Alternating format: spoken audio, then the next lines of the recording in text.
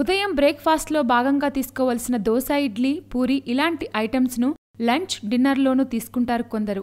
కానీ ఆరోగ్యరీత్యా ఇది మంచిది కాదని నిపుణులు పేర్కొంటున్నారు. బ్రేక్ఫాస్ట్ అస్సలు మిస్ కావద్దు. బ్రేక్ఫాస్ట్ తీసుకొని వారికి గుండెపోటు లేదా ప్రాణాపాయ ముప్పు 27% ఎక్కువగా ఉందని Harvard school of public health పరిశోధకుల అధ్యయనంలో తేలింది.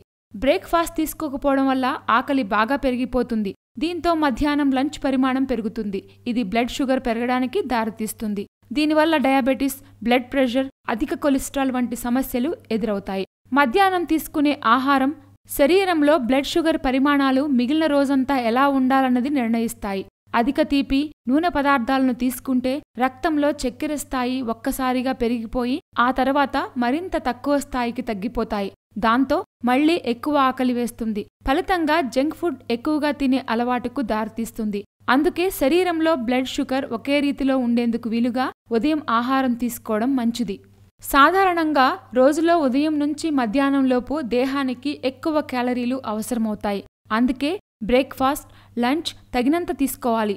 రాత్రిళ్ళు విశ్రాంతి సమయమే కనుక డిన్నర్ స్వల్పంగా ఉండాలి. ఒకవేళ లంచ్ తక్కువగా, డిన్నర్ ఎక్కువగా తీసుకోక తప్పని పరిస్థితుల్లో ఉన్నవారు కనీసం డిన్నర్లో తీసుకునే ఆహారం చాలా తక్కువ క్యాలరీలు ఉండేలా చూసుకోవాలని నిపుణులు సూచిస్తున్నారు. వీరు తమ ఆహారంలో కూరగాయలు, సలాడ్లు ఎక్కువ తీసుకోవాలి. ఆరోగ్య సూత్ర అనే ఛానల్ ద్వారా మీకున్న సమస్యలు గాని, మీకున్న అనేక రకమైన అపోహలు గాని తొలగించుకోవాలి అనుకుంటే సింపుల్ గా మా ఛానల్ ని సబ్స్క్రైబ్ చేసుకోండి. మా ఛానల్ పేరు తెలుసుగా, ఆరోగ్య సూత్ర.